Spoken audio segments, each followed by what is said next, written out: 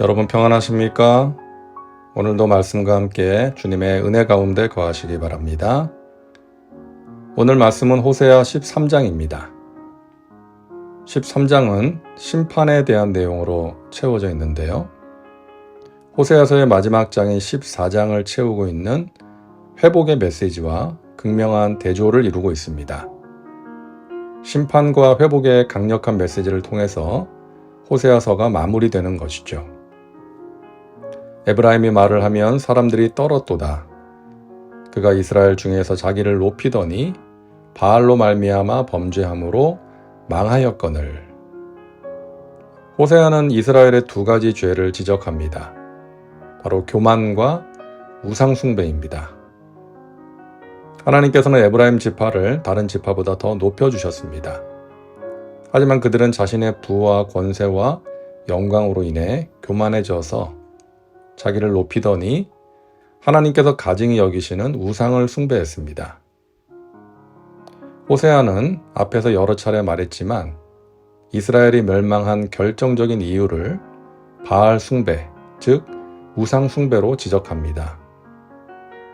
갖가지 사회적인 부패도 원인이 될 수 있겠지만 그것도 결국은 종교적인 타락에서 비롯된다고 생각한 것이죠. 어느 사회든 종교가 바로 서지 못하면 사회가 부패하게 됩니다. 하나님의 백성들이 말씀 앞에 바로 서서 빛과 소금의 사명을 제대로 감당할 때에 사회도 바로 설 수가 있는 것이죠. 이런 맥락에서 호세아는 이스라엘의 모든 부조리와 도덕적인 타락은 이스라엘이 하나님의 말씀을 떠나 바알을 숭배한 것에서 비롯되었다고 보는 것입니다. 자, 이스라엘이 우상을 숭배함으로 나라가 이 지경이 되었다면 빨리 우상을 버려야 하는데 그들은 오히려 더 많은 우상을 세웁니다. 이제도 그들은 더욱 범죄하여 그 은으로 자기를 위하여 우상을 부어 만들되 자기의 정교함을 따라 우상을 만들었으며 그것은 다 은장색이 만든 것이거늘 그들은 그것에 대하여 말하기를 제사를 드리는 자는 송아지와 입을 맞출 것이라 하도다. 우상 때문에 망하게 됐으면 정신을 차리고 우상을 버리고 하나님께로 돌아와야 하는데 그들은 자신이 공경에 처한 것이 우상이 부족해서 그렇게 된 것처럼 세공업자에게 더 많은 우상을 만들도록 합니다. 우상 숭배는 마약 중독과 같습니다. 한번 시작하면 끊기가 어렵고 더 간절히 원하게 되는 것이죠. 우상 숭배의 결과는 명백합니다. 그들은 사라지게 될 것입니다. 이러므로 그들은 아침 구름 같으며 쉬 사라지는 이슬 같으며 타작마당에서 광풍에 날리는 쭉정이 같으며 굴뚝에서 나가는 연기 같으리라. 선지자는 4가지 비유를 통해서 이스라엘의 멸망을 예언하는데요. 첫째, 이스라엘은 바람이 불면 순식간에 사라지는 아침 구름처럼 사라질 것입니다. 둘째, 이른 새벽에는 온 세상을 덮고 있다가 해가 뜨면 순식간에 사라지는 이슬처럼 사라질 것입니다. 셋째, 곡식을 타작할 때 바람에 날아가는 쭉정이처럼 사라질 것입니다.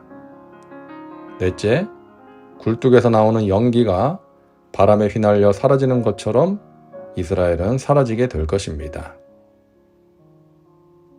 이스라엘의 교만과 우상 숭배는 하나님의 은혜를 악으로 갚는 배은망덕한 행위였습니다.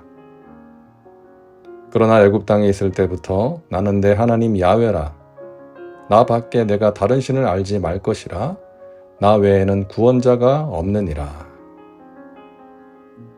선지자는 야훼 하나님이 이스라엘을 애굽에서 구원한 유일한 구원자였음을 강조합니다.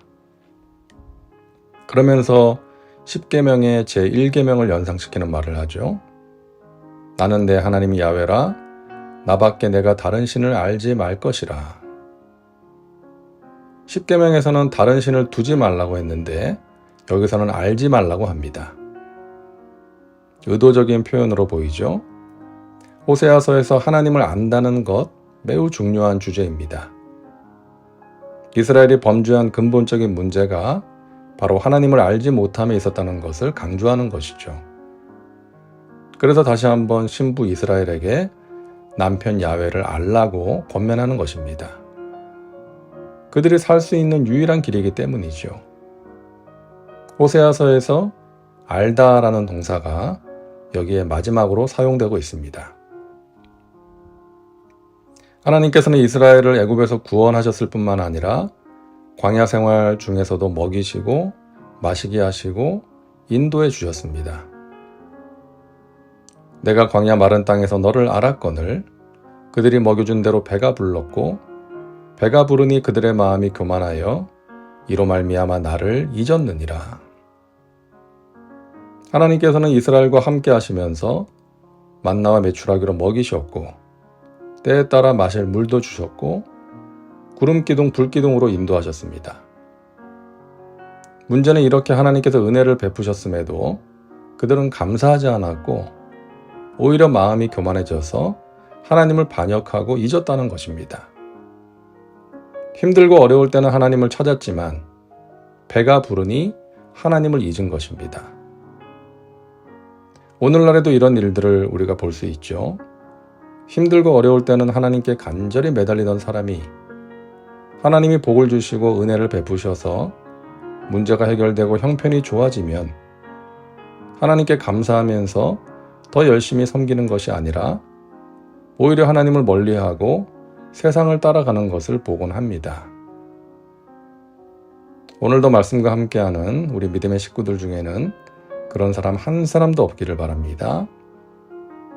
하나님의 은혜를 망각하고 하나님을 멀리하며 살아가는 것이 아니라 나 같은 죄인 살리신 주 은혜 고마워 하면서 지금까지 지내온 것 주의 크신 은혜라 하면서 주님께 감사하고 더욱 열심히 주님을 섬기며 살아가시기를 바랍니다.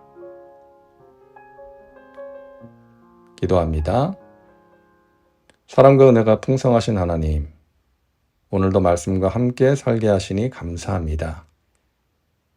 우리 안에 교만과 우상이 자리 잡지 못하도록 말씀과 기도로 늘 깨어있게 하시고 이 세상이나 세상의 것들이 아닌 하나님을 더욱 사랑하는 믿음의 백성들 되게 하옵소서.